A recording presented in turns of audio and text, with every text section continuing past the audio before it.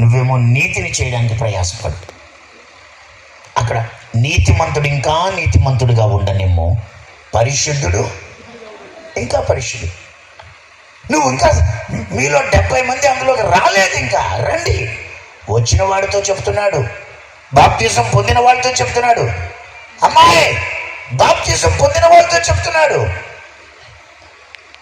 అయిపోయింది. ఇంకా అపవిత్రుడు అపవిత్రుడిగా ఉండని, నీతిమంతుడు నీతిమంతుడిగా ఉండని, అన్యాయం చేసేవాడు అన్యాయమే చేయని, పరిశుద్ధుని పరిశుద్ధుడిగా ఉండని. ఈ రెండు ఆ రెండు చెప్పారు. నీకు మిగిలింది ఆ రెండే. అక్కడేమో పరిశుద్ధుల నీతి క్రియలని చదివాను. అమ్మ గుర్తుందా? అక్కడేమని చదివాం? పరిశుద్ధుల. ఇక్కడేమని చదువుతున్నాం? పరిశుద్ధుడు ఇంకా నీతిమంతుడు ఇంకా. సోదరి సోదరుడా, నీతో వచ్చేవి రెండే, నువ్వు పోగేసుకోవాల్సినవి రెండే.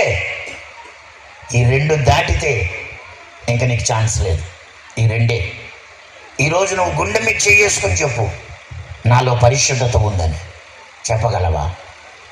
నువ్వు గుండె మీద చేసుకుని చెప్పు, కొర్నేలి యొక్క ధర్మ కార్యాలు పైకి వెళ్ళిపోయినట్టు నా నీతి క్రియలు నాకంటే ముందు వెళ్ళిపోతున్నాయి అని చెప్పగలవా?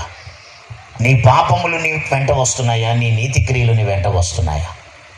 నీవు పాపం పోగేస్తున్నావా? నీతిని పోగేస్తున్నావా? సంఘానికైతే ఒక కొలిక్కి వచ్చేసిందండి. ఇప్పుడు జరుగుతున్నది ఏంటంటే, సరిగ్గా రేపు 2032కి, అమ్మా ఎప్పుడన్నాను 2032 నుంచి అసలైన సిసలైన శృంగధ్వనుల పండుగ స్టార్ట్ అవుతుంది. పరలో మధ్య ఆకాశంలో 7 బూరలు మూతపడతాయి. కడబూర మ్రోగినప్పుడు సంఘం ఎత్తబడుతుంది. ఆ 7 బూరల కాలమే శృంగధ్వనుల పండుగ. ఆ 7 బూరలు ఊదినప్పుడు కడబూరకు సంఘం ఎత్తబడమే, క్రీస్తునందుండి మృతులైన వారు లేవడమే, వివాహంలో అడుగు పెట్టడం. సో ఆ వివాహంలో అడుగు పెట్టాలంటే నీకు నాకున్నటువంటి సమయం కేవలం 26, 27, 28.